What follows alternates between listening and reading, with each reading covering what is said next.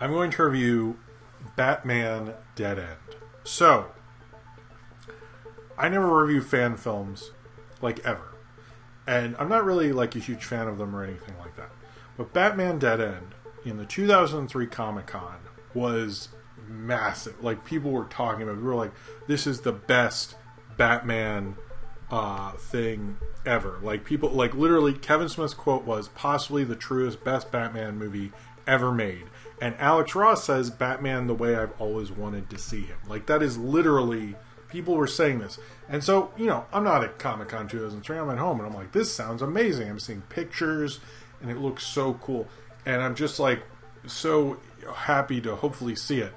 And, you know, and people are talking about, people are like, maybe this is the guy who directed this should direct Batman, like this new Batman. I know they're doing a new Batman thing. I don't think at the time we knew Christopher Nolan was doing Batman Begins or something like that, but I know people are talking about the guy who directed this, directing Batman Dead End. But, so I watch it, you know, and it's just like a simple thing. You see, you know, Batman suit up, he's in this alley, you see him and the Joker. The Joker is actually played by this guy who played Boner on Growing Pains, which surprised everyone. And, you know, you see them going back and forth. They have, like, kind of a thing, like, you know, you can take your mask off, but I have to wear mine all the time and all this stuff. And, like, I was watching it with people, and people were, like, so excited. And then, like, you're watching it, and it's just Batman and the Joker, and they're, like, fighting, and the Joker's wearing, like, a straight jacket he ripped apart and stuff.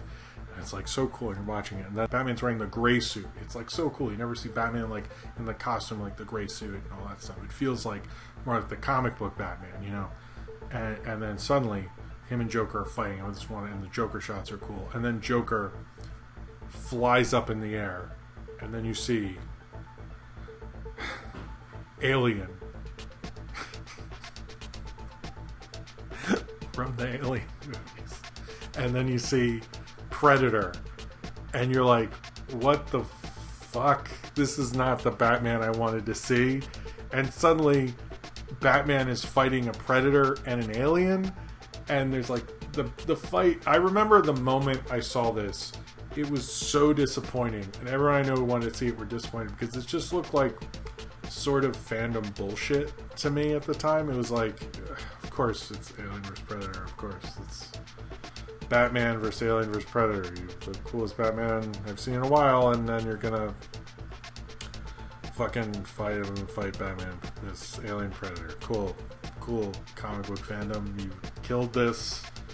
Thank you so much. It was just like, it was so disappointing. I had a hard time finishing it. I was like so disappointed.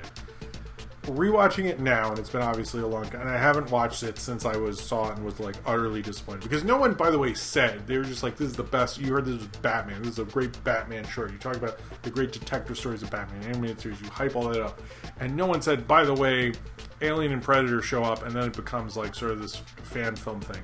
And this is literally probably the most hyped I've ever seen of a fan film. This guy would later do kind of a Batman Superman trailer kind of thing later, which I haven't seen. Then I watched it now, and I kind of get what they're doing is kind of show off this director, show off these actors, and it's like, it is a fun fight. It's fun seeing Batman fight a Predator, and then even more Predators show up, and even more aliens show up. But it is an exercise. Batman Dead End, as an exercise, is great. It's really good. As like, look what this director can do. You're like, hey, it's pretty suspenseful. It's a fun little fight. It's 8 minutes. I still remembered pretty much every shot of it, mostly because I was utterly disappointed. But I still remember it, and I was like, you know what? This is impressive. And I think people were... I remember a lot of people being disappointed because they heard all the hype, but they were unaware the Alien Predator thing. Should they have told us what it really was? Probably. But I remember even people on the internet going like, what the fuck is this? I do actually like it more now. I think you should give it a shot. I think for fan films it actually holds up pretty well because it has some good cinematography. There's a cool fight with it. But as Comic-Con at home was last weekend, I remembered this.